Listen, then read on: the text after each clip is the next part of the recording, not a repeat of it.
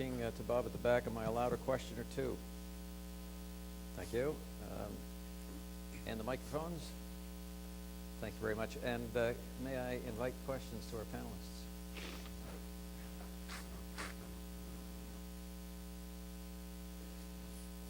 Yes, Shirley Ann.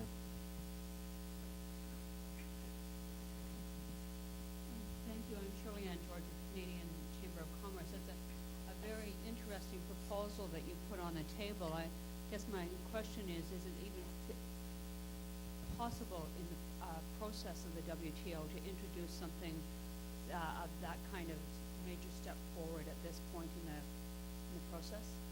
I guess that question is to Hamid. Well, in a request offer negotiation, I think the field is open. Request offer procedure is nothing more than a succession of requests and offers. And Hong Kong ministers have also innovated the plurilateral request offer process. So the procedure is there.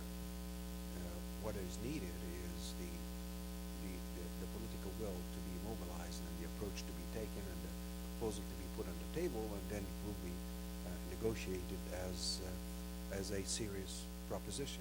In other words, it needs some driving force behind it, but there are no procedural constraints of any kind. Yes.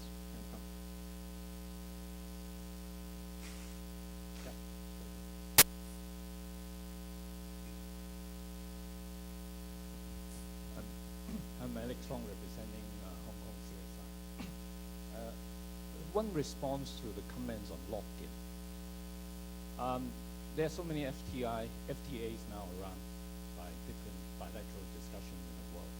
Is there any chance that sort of look at the common elements of the FTAs and come to derive some common principles in very broad terms as a basis for further discussions as lock-in?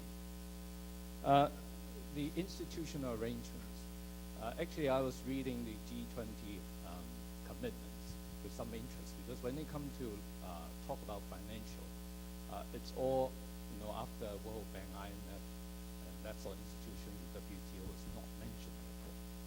So how is that sort of interface going to work out in the future?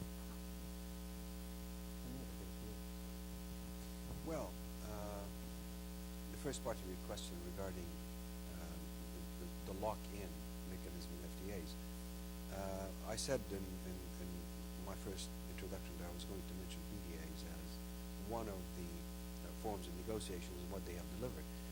And the only commentary I have there is that they have been very impressive in terms of the sectoral coverage and top-down approach of binding only existing restrictions and so on. The only thing is that I have not yet seen any evidence that FTAs or PTAs, if I would call them, have actually produced real liberalization. You will find, of course, the odd case here and there, but systematically, I have not seen a case made for PTAs to have actually produced real policy and regulatory reforms leading to new market openings.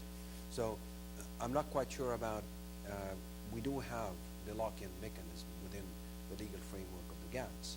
You can always suggest that there can be improvements here and there, but I'm not sure that we can get much guidance, because what we actually should be doing in the GATS, as I said, is not just locking in. Of course, there's a lot of value in locking in, but Article 19 of the GATS itself, entitled Progressive Liberalization, calls for progressively higher levels of liberalization, not higher levels of commitments.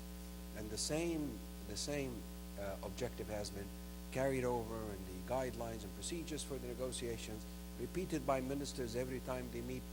That is the goal, to liberalize further. On your second part of your question, the absence of reference to the WTO, I think to a large extent has been compensated by reference to the WTO in a slightly different context. So the role is there, but it's a slightly different nature. Would you also say that locking in some of the common elements of FTAs is part of the plurilateral process? In what sort of model schedules have been presented?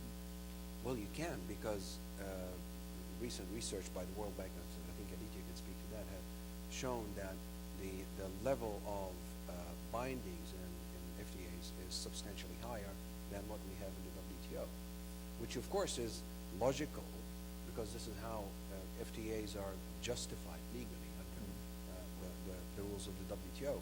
But you can use that benchmark of existing regional binding to call for some objectives regarding the DDA negotiations on Synergy. Well, I said at the outset that you could find a more knowledgeable set of panelists to address these questions, and I think I have been proven correct. I think the bad news is that we agree that the quality of offers thus far remains disappointing. The good news is that services trade somehow seems to continue to grow anyway, despite the lack of conclusion in the DDA and despite a world economic crisis. That trade continues to grow. We don't seem to be able to stop it. There are some interesting ideas for how we might, in fact, encourage it. And I invite you to harass them over coffee, which is where we're moving next, to pursue those questions. Thank you very much.